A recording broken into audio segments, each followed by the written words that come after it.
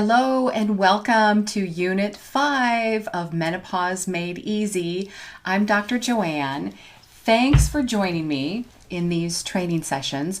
So let's kind of recap a little bit. So Unit 1, we compared and contrasted symptoms of emotional stress versus symptoms of menopause and found that they are very, very similar, if not the same thing.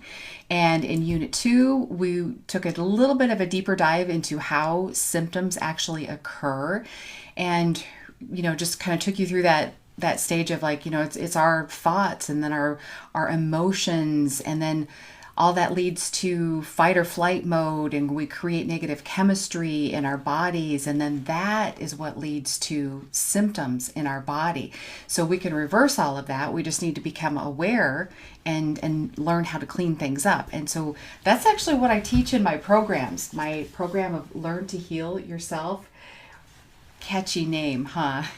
Because it's all about learning to identify and release those emotions that you don't like, and learn and identify and turn around those limiting beliefs that keep you feeling unempowered and boxed in. So the things like, I'm not good enough, and nothing ever works out for me, and I'm not worthy, I'm not deserving, I'm not safe, I'm not lovable, all that kind of stuff that we just learned from other people around us. So it's stuff where it's not our fault. It's no one's fault. We just need some new information to be able to unravel all of that stuff.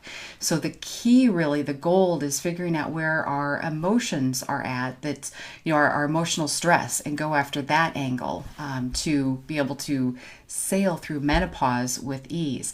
And then we took a deeper dive into just, how we grow up, things that girls are taught versus what boys are taught.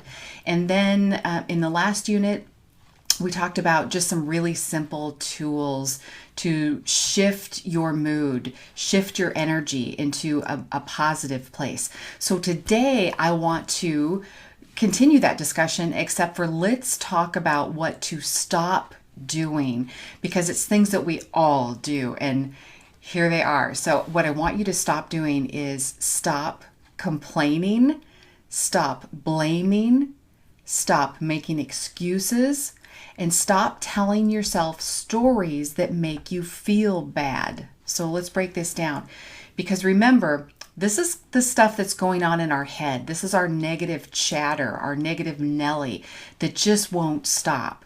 So, we're looking for other people to blame. Our problems aren't solved because it's someone else's fault, or, it's the doctor's fault, it's my husband's fault, it's my parents' fault, it's the economy's fault, it's whatever. But boy, I did this all the time. I didn't know I was doing it. I just learned it and thought that's what you did. But think about it. When you get into a mode where you're complaining a lot and complaining all throughout the day, and take a look at your conversations with other people, is it just like you're throwing up all over somebody, where you're having a conversation, but it's all about blaming and complaining and making excuses and all this stuff? So you have to become aware of that. Be gentle with yourself, but become aware of it and just stop talking. Just stop talking and just kind of notice, like, wow. When I was first becoming aware of what I did, I was really surprised. That's like every conversation, that's all I did was blame and complain, make excuses, continue on these stories. And by the stories, what I mean there is, just the, everything's a struggle. This is going to be really hard. It's like pulling teeth. It's, nothing ever works out. It's just this, all of this stuff.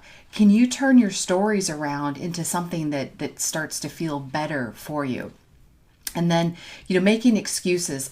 Sometimes it's like we don't really want to do something. We want to say no, but we don't feel safe enough or confident enough to say no.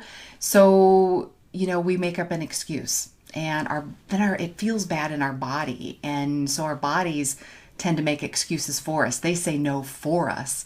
And we're going to talk about all that a lot more. And in fact, we go for a deep dive on this stuff in my program, Learn to Heal Yourself.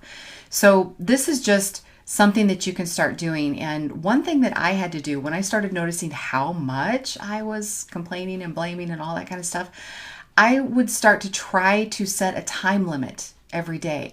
Like, okay, Joanne, you've got 10 minutes. I'm setting a timer and you can sit here and do your self-talk, your negative self-talk and blame and complain for 10 minutes. And then once you're done, we're done. You got to talk about something else. You got to think about something else the rest of the day. And that was really helpful and yet so eye-opening and so humbling when I started to do it. So I want you to give that a try. Be gentle with yourself. Don't beat yourself up. Being aware, becoming more aware of what your thoughts are is just the first step. You got to know what's there so that you can stop doing what's hurting you. Because remember, this is all about, if you keep up with those negative thoughts that feel bad or feel icky or feel crappy, those thoughts have an energy, and that energy creates negative chemistry in your body. So if you don't stop it, eventually it will turn into the emotion that you don't like and then the physical symptom that you don't like. So part of the process is just learn to recognize it and stop it as much as you can. And it is a process. So thank you and good luck with that. And let me know how you're doing. And in the next unit, we'll talk about some more stuff. So join me in the next unit.